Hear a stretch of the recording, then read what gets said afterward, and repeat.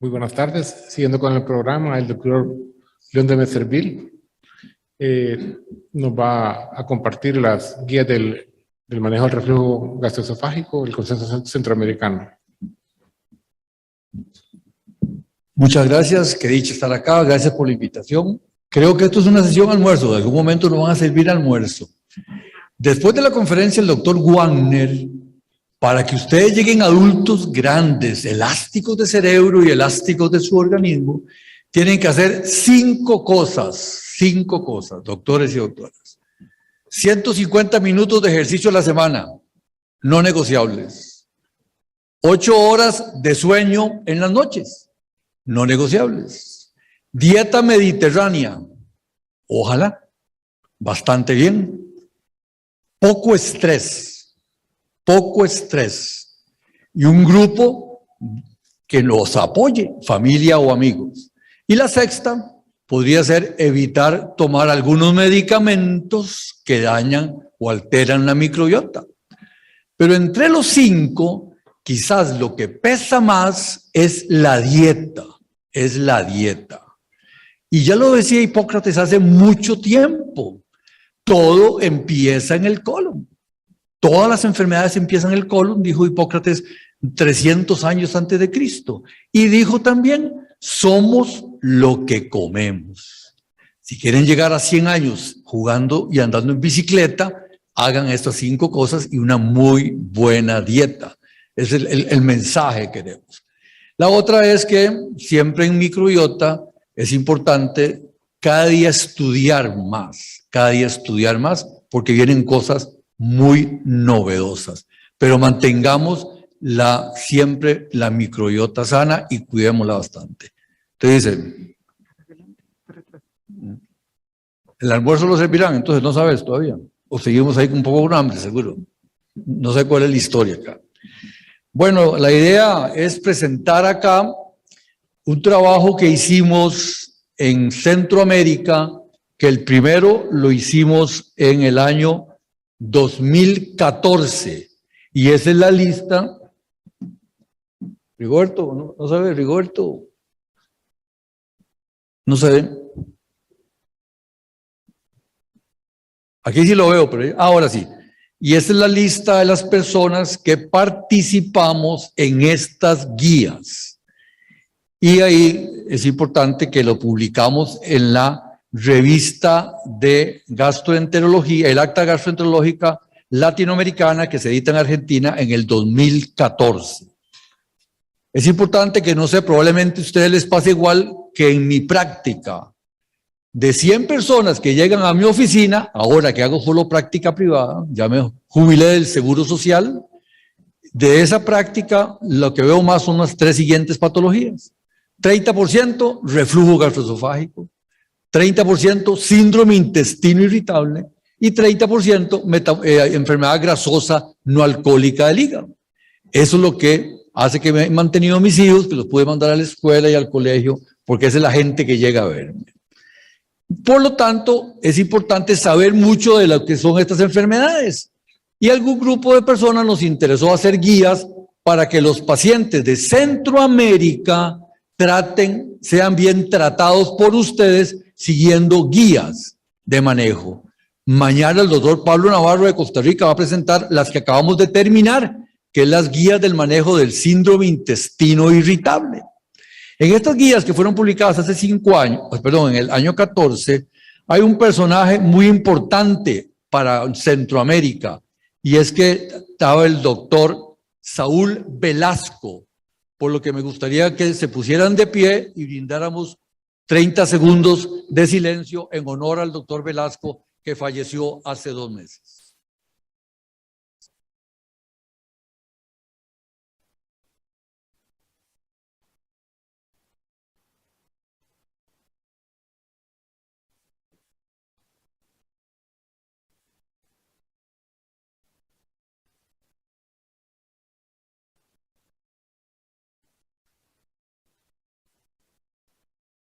Muchas gracias. En esos también hay 3 revisores en esas guías. El doctor Marcelo Vela, que es un guatemalteco de lujo que trabaja en los Estados Unidos. Él nos ayudó a revisar las guías. El doctor Miguel Ángel Baldovino Guzmán, muy conocido de ustedes, jefe de nutrición de México, y al doctor José María Remes Troche, todo un experto en este tema que nos leyó nuestro trabajo. Y por ellos tres nos recomendaron que estas guías del 14 ya empezaban a tener problemas, así es que las actualizáramos.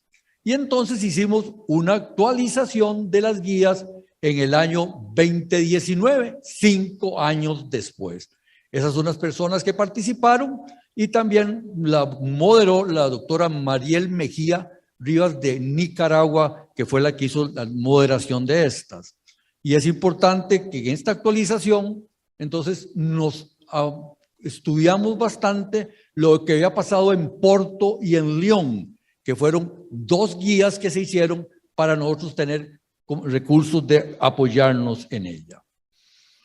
Es importante que la enfermedad por reflujo gastroesofágico es muy frecuente en la región y es lo que ustedes ven muchísimo.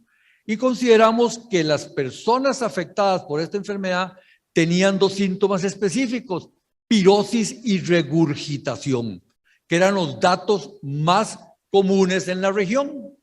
Fernando Contreras, dominicano de lujo, que nos ayudó también, quería que aplatanáramos las guías, significando esa palabra, que le hiciéramos de palabras de que usan los pacientes en Centroamérica y hacerlas como que entendieran todo lo que nosotros queríamos decirles.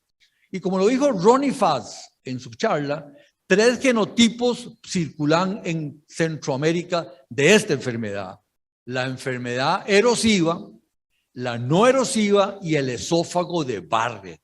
Y recuerden que la no erosiva es la más frecuente, la que tienen más los pacientes y la que sobre ellas trabajamos. Cada una tiene características fisiopatológicas diferentes y el plan para estas guías es que ustedes traten muy bien a sus enfermos y se curen para prevenir complicaciones de estenosis o complicaciones del desarrollo del esófago de Barrett. Esta definición es muy linda, doctores y doctoras. Y revisando las guías de Vakil de Estados Unidos, las guías Lyme y las guías de Porto, me parece que los centroamericanos hicimos un trabajo muy bueno, porque cogimos todos los puntos de lo que debe tener una definición. Y se la leo textual para que la acompañe. La enfermedad por reflujo gastroesofágico se define como la presencia de síntomas y o lesiones, porque recuerden que en el erosivo no hay lesiones, solo hay síntomas. Estos esofágicos asociados al retorno del contenido gástrico o gastroduodenal a través de la unión esófago-gástrica con síntomas 1 o 2 veces por semana, lo suficiente molestas para darte mala calidad de vida. ¿Y cómo se define salud? Calidad de vida. Y si una enfermedad nos está dando estos síntomas, ya no nos da calidad de vida. En cuanto a la fisiopatología, los centroamericanos consideramos que se determinan los siguientes factores: que el contenido gástrico es potencialmente nocivo para el esófago. El esófago es como un tubo de paso, no se defiende bien ni de ácido, ni de bilis, ni de secreciones pancreáticas.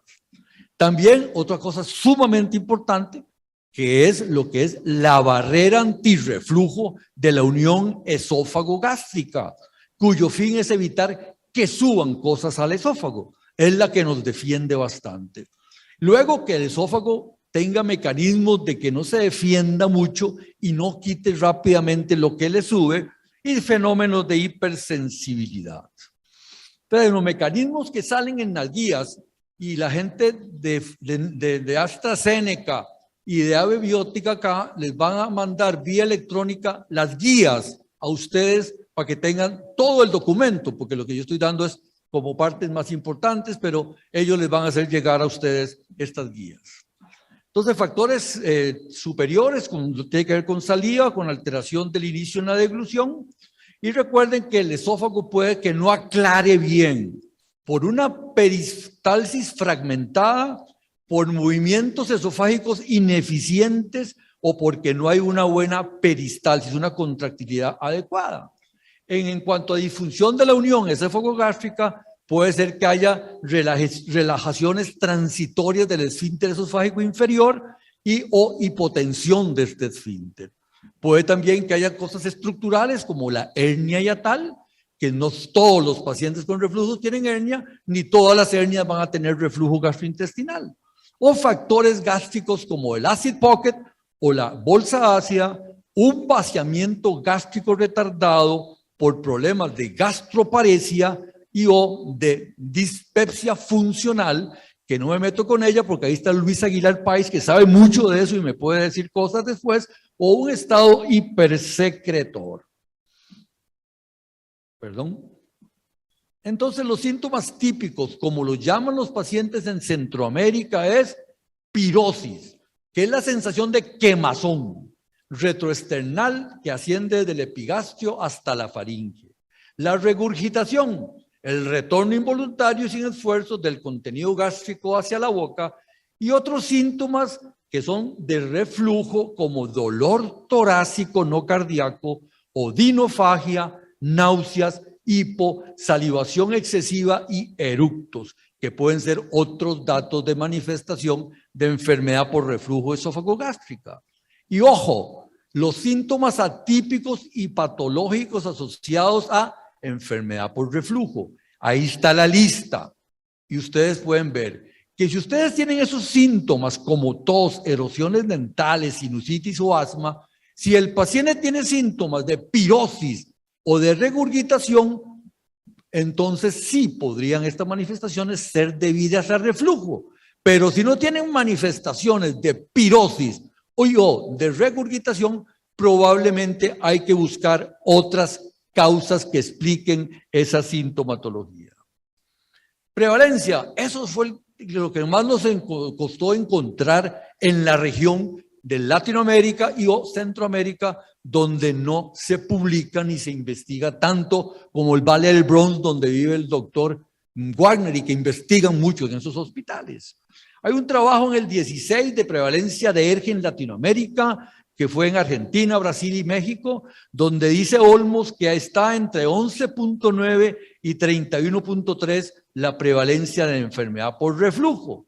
Luego hay otro trabajo de esofagitis en Argentina, Brasil y Perú, donde es 12.8 y hay muchos datos de variabilidad y estandarización. Y Huertas dice que en México la esofagitis está entre el 20 y 40%. En Centroamérica y el Caribe hispano encontramos que el doctor Bujanda en Guatemala hizo un trabajo con 174 pacientes y encontró que ellos tenían 7% tenían enfermedad por reflujo. Whitney y Stevens, que no parecen como que fueran de Honduras, ¿verdad? Dicen que la prevalencia en Honduras es de 22% de esta enfermedad. Y un estudio en República Dominicana dice que la prevalencia es 18%, por lo que andamos ahí al 20 más menos 2. Por lo que el requerimiento para ustedes, centroamericanos de lujo, es investiguemos las enfermedades que tenemos para poder tratar mejor los enfermos.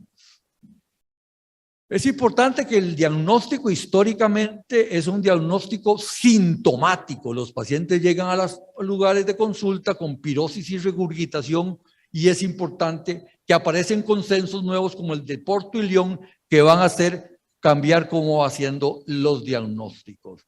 El diagnóstico clínico sigue siendo importante y en manos del gastroenterólogo experto tiene una sensibilidad de 70% y una especificidad de 60% para pirosis y regurgitación. Es importante que los síntomas tienen gran variabilidad de criterios entre médicos y pacientes con diferentes términos que quisimos que todo fuera igual. De ahí que es importante una historia clínica adecuada en esto. En Centroamérica es diferente a Norteamérica y Europa. Los pacientes con manifestaciones de reflujo gastroesofágico, la recomendación de endoscopía debe ser cuando son mayores de 45 años y no 55, como son las guías norteamericanas. Los pacientes menores de 45 que tienen síntomas típicos que han fallado a pruebas terapéuticas requieren de hacer endoscopía. No sé en otros países, pero en Costa Rica casi en el sistema de la Caja del Seguro Social, es igual mandar una gastroscopía que un examen de heces. A todos se las manda y entonces la prétora de gastroscopías es muy grande. Es importante, pacientes con historia de enfermedad por reflujo de más de 5 años de síntomas deben ir a una endoscopía alta.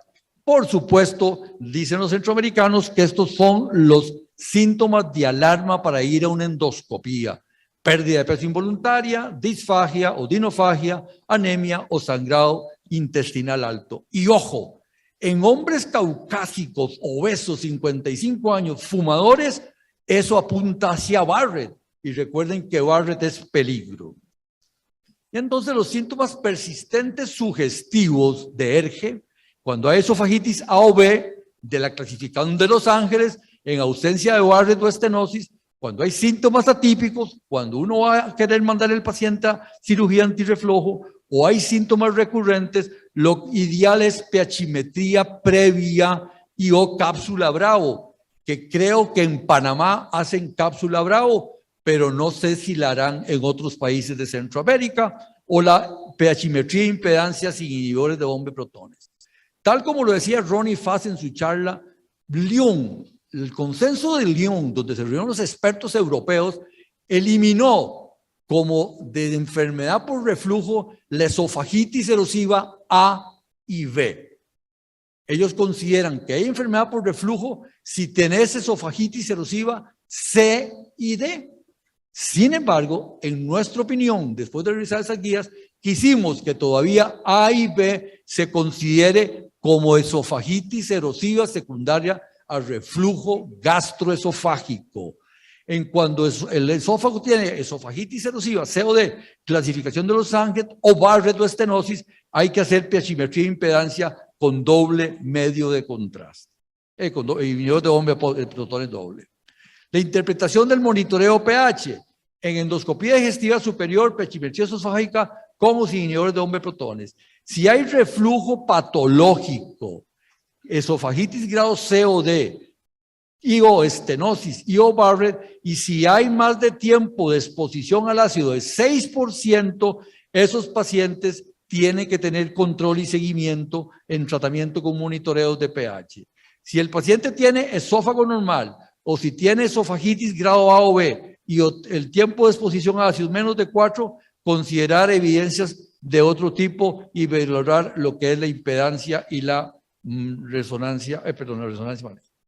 Manometría esofágica de alta resolución, consideramos en el consenso por votación de más de 80% que las indicaciones en Centroamérica para hacer manometría esofágica de alta resolución es localizar dónde está el esfínter esofágico inferior cuando uno previo va a hacer una pH-metría para asegurarse que el catéter quedó bien colocado, estudio previo a cirugía laparoscópica de NICE, exclusión de enfermedades que simulan enfermedad por reflujo, la evaluación de la disfagia posterior a funduplicatura NICI y o clasificación de trastornos motores del esófago. Pepsina salival, la pusimos porque en las guías de Lyon está, sin embargo, en Centroamérica no se encuentra disponible. Se las enseño para que existe también una técnica para poder en la saliva medir algunas cosas que puedan indicar enfermedad por reflujo gastroesofágico. Tratamiento. Es la parte que tal vez es más importante y, como les decía, para que los pacientes centroamericanos sean bien tratados. El tratamiento ofrece varias revisiones de todo lo que se usa en esto. Empezamos desde antiácidos, alginatos, sucralfato, bloqueadores receptores de histamina H2, procinéticos e inhibidores de la bomba de protones y también lo que es ahora los relajadores de las transitorias del esfínter como baclofeno.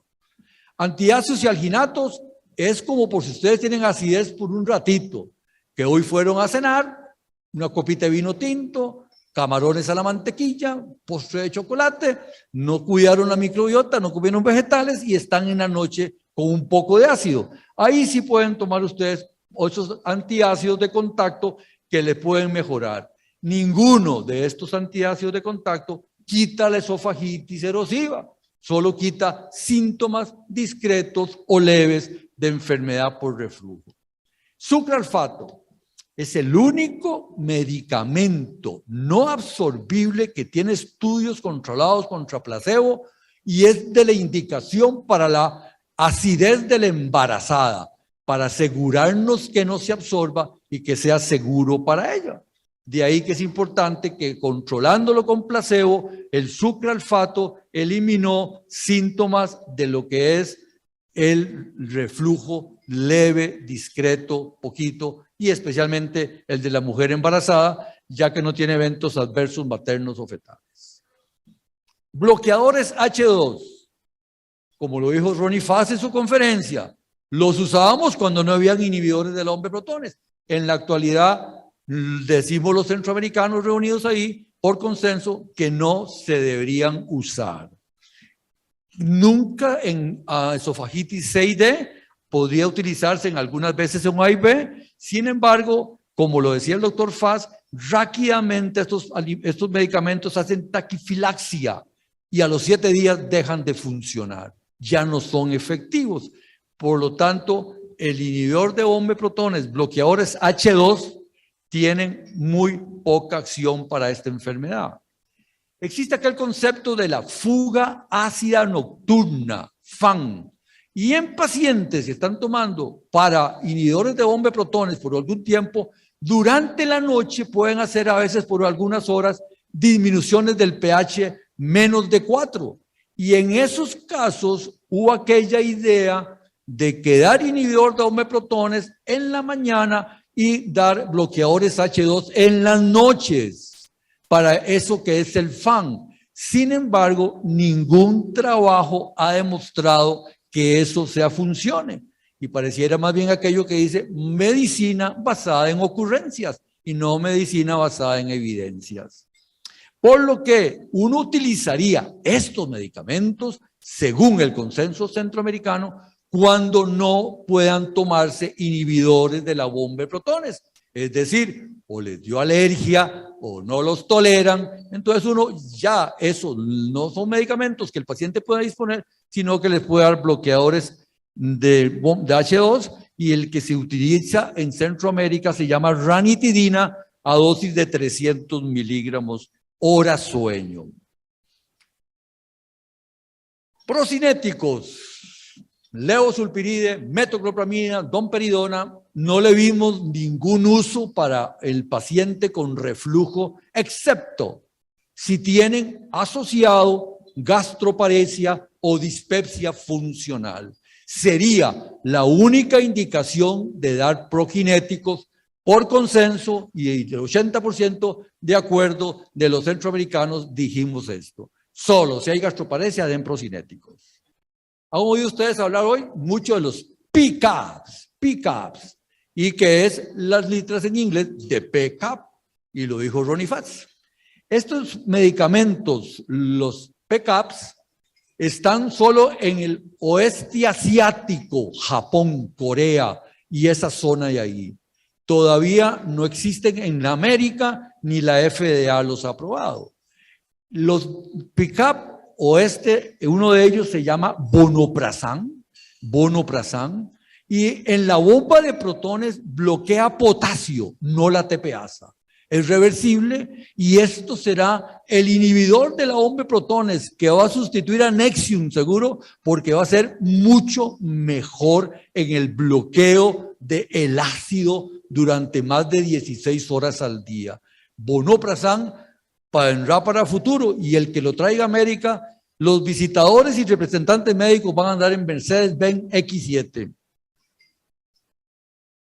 Inhibidores de bomba de protones, esta es la medicina.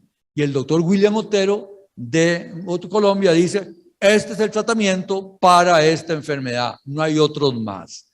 Ustedes pueden ver que ahí dicen muchas cosas, sin embargo, el inhibidor de bomba de protones bloquea mejor el ácido por más de 14 horas, dependiendo del bloqueador, porque si es pantoprazol, bloquea 9 horas. Si es esomeprazol, bloquea 16 horas. Depende si ese esomeprazol es de buena marca. Algunas palabras para dexlansopral, quisimos incluirla en las guías.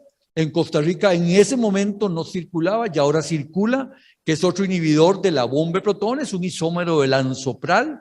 Y las ventajas que se le vieron en las guías es que se puede dar en relación en cualquier momento del día y que se absorbe en 2 momentos, uno en estómago y otro en intestino. Sin embargo, en el bloqueo que hace del ácido no es superior a esomeprazol. Bicarbonato más IBPs, una pastillita que parecía mágica. Y entonces buscamos muchos estudios, Segerit, lo inventaron en Estados Unidos en el 2006 y no encontraron ventajas sobre el inhibidor de hombres bretones solo. Es decir, no hay ventajas de sumarle al IBP lo que es el bicarbonato. Es importante que la gente que lo promueve dice que quita más rápido los síntomas. Sin embargo, en la revisión que hicimos nosotros de las guías, no encontramos ningún estudio que apoyara que este era mejor que esomeprazol solo. Y ojo cuando dan dosis muy altas de esta molécula, porque en gente grande, como dicen los de Nicaragua, para no decir los viejos, dicen que la gente grande, si toma este medicamento, ojo si son hipertensos, porque le sube el nivel de el sodio en la sangre y pueden darle problemas. Y unos amigos guatemaltecos, para no complicarse, dicen, yo le doy el esomeprazol y después le digo, tómese una cucharadita de bicarbonato. Y sería parecido y más barato. Entonces, los centroamericanos consideramos que es uno más de los que hay en el mercado.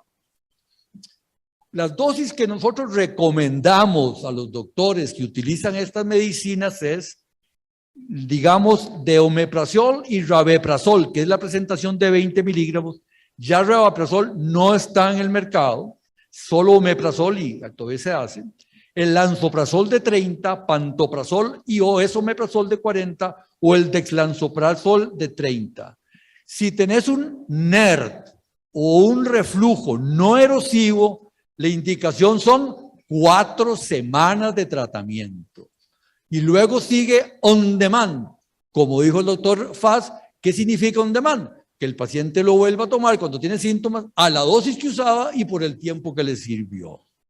Si tenemos esofagitis erosiva grado A y B, que según nuestro consenso centroamericano significa reflujo, no para Lyon o Porto, que no significan reflujo, recomendamos que los inhibidores de omeprazol, la medicina mejor para esto, se den por 8 semanas. Y la otra, cuando hay C y D, recuerden que es... Y ojo, si tienen C y D, la recomendación que está en las guías que les van a mandar los de AstraZeneca y AB Biotech a ustedes, dice... Si ustedes encuentran C o D, vean al paciente, trátenlo en 12 semanas y vuélvanle a hacer otra endoscopía, porque si persisten lesiones por C o D, podría estar ahí iniciándose un adenocarcinoma. Denle en tratamiento, si el paciente llega ya curado, aleluya. Sin embargo, si sigue con molestias, ahí sí tomen biopsia. Nunca tomen biopsia si está el 6D, porque confunde a patólogos que a veces no son tan buenos todos los patólogos para ver Barrett o adenocarcinomas. La dosis doble uno la utiliza en algunos pacientes y cuando ya hay dosis doble, deslansoprazol 60 podría convertirse en una buena opción para eso. Es importante que con la enfermedad erosiva, no erosiva, perdón, como les decía, las personas tienen alivio de los síntomas 72 horas después de iniciar la terapia y debe darse por 4 semanas y luego al tratamiento a demanda, como le dijimos. En la erosiva ya lo comentamos por el cuadro que vimos. Con síntomas atípicos, recuerden, si hay tos o dolor de pecho y tengo además pirosis y regurgitación, los doctores centroamericanos consideramos que a estos pacientes debe dársele doble dosis el inhibidor de bomba de protones. 30 minutos antes del desayuno y 30 minutos antes de la cena. Siempre, sin comidas, recuerden. Deben darse estos alimentos con el estómago vacío. Y es importante que deben darse por 3 meses. Si en 3 meses se les quitó el dolor de pecho o el asma o los problemas en el esmalte, fue una respuesta bien y probablemente esos síntomas dependen del reflujo y se les debe dar por 3 meses más. Y estos pacientes que responden muy bien a inhibidores de omeprazol cuando tienen manifestaciones exesofágicas de reflujo, dice la guía que son buenos candidatos para ir al quirófano, que por lo menos en mi práctica cada día mando menos pacientes para el NICE, porque las recaídas son muchas y los cirujanos de Costa Rica ya son, hay un par de buenos. Y yo les dije, te mando mi primer caso cuando ya lleve 100 y ya le he mandado y 70% a veces quedan bien, pero un 30% siguen necesitando tratamiento con inhibidores de bomba de protones. Es importante cuando ustedes tienen un paciente que no responde al tratamiento con inhibidor de bomba de protones, deben preguntarse, ¿se lo estará tomando bien el paciente? ¿Tendrá un metabolismo incompleto del medicamento? ¿Será un producto de innovación o será uno de los patitos? Entonces la calidad del producto también depende mucho. Lo mismo si el paciente tiene asociado gastroparesia o si tiene asociado un problema de dispepsia funcional o que el reflujo no es ácido y puede ser un reflujo que sea biliar. Como lo dijo el doctor Ronnie Fass, ya lo adelantó, la pirosis funcional no necesita que le den ustedes inhibidor de la bomba de protones. No van a responder. Hay que darles medicamentos del tipo antidepresivos o los neuromoduladores gabapentina o pregabalina. Fue el consenso de centroamericano. Es importante que en el reflujo refractario, que lo pusimos así, después nos arrepentimos porque uno dice más bien que tiene síntomas refractarios del reflujo, no que el reflujo sea refractario. Y es importante que deben ustedes valorar otra vez la adherencia y estas otras cosas. Y las otras, hay otras opciones que incluyen antiácidos o lo que es secuestradores de sales biliares. En algunos de estos pacientes revisamos lo que dice la literatura en que hacer algunas cosas quirúrgicas y la funduplicatura laparoscópica podría ser el INS, que es poner los imanes, o lo que es la funduplicatura transoral sin incisión a través del endoscopio, podría ser algo que venga a mejorar la enfermedad por reflujo. ¿Quiénes se benefician, según el doctor Norton Friedberg, que publicó en Gastroenterology, de los que necesitan tomar inhibidor de bomba de protones por mucho tiempo? Y las 3 indicaciones son reflujo gastroesofágico con esofagitis o estenosis. Yo tengo pacientes que lo están tomando hace 2 o 3 años y no se lo puedo quitar el inhibidor de bomba de protones porque vuelven a tener enfermedad. Por lo tanto, se los tengo como un tratamiento perenne. Los pacientes que tienen síntomas de reflujo, aunque no tenga esofagitis o estenosis, si tienen síntomas, es de darles tratamiento persistente. Recuerde que yo estoy transmitiendo lo que dicen las guías, pero eso es lo que opinábamos los que estábamos reunidos en ese espacio que se llamaban las guías del reflujo gastroesofágico. O pacientes con esófago de Barrett deben tener tratamiento con inhibidor de bomba de protones, esomeprazol, doble dosis al día. El doctor Burgos de Costa Rica, que investiga mucho en esto, y el doctor Pretit Sharma de los Estados Unidos, de la Universidad de Indiana, que investiga mucho en Barrett, ahora el Barrett lo hacen mucho más de intervención, de ablación o de quitarlo y no darles inhibidor de bomba. Entonces ya el Barrett puede ir cambiando un poquito la historia. También, como lo decía el doctor Ronnie Fass, cogimos lo que salió en Gastroenterology del doctor Friedberg, donde conforme pasan los años, pareciera que se van ido aumentando los efectos adversos de los inhibidores de la bomba de protones. Y sacamos esa lista de lo mismo que él nos dijo y que ya el doctor Ronnie Fass, que al final fue un apasionado, dice, yo amo los IBPs y los sigo usando. Este es lo que ustedes pueden ver de lo que encontramos de los efectos adversos que han sido reportados. De estos es importante que los comentaba yo cuando le pregunté al doctor Faz, era por mi cuenta, que el aumento del riesgo de peritonitis bacteriana espontánea en pacientes con cirrosis. La recomendación del grupo fue que si yo acabo de tener un paciente que le ligué las varices y tiene úlceras en donde le ligué las varices, es una buena indicación de que no ascienda ahí ácido. Por lo tanto, hay que dar inhibidor de bomba de protones en ese momento. Sin embargo, el tratamiento ojalá que sea puntual, no dejarlo por mucho tiempo. Y aquí están los trabajos que se han hecho y el grado de evidencia en relación a estos efectos adversos. Ustedes pueden ver que fueron trabajos observacionales y que el impacto es muy bajito. De ahí que sigue siendo los inhibidores de bomba de protones un medicamento el mejor para usar para la enfermedad por reflujo gastroesofágico.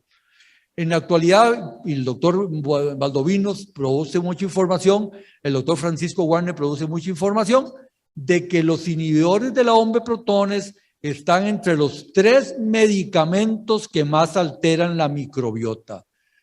Antibióticos, PPIs, metformina, estatinas, son el grupo que la puede alterar.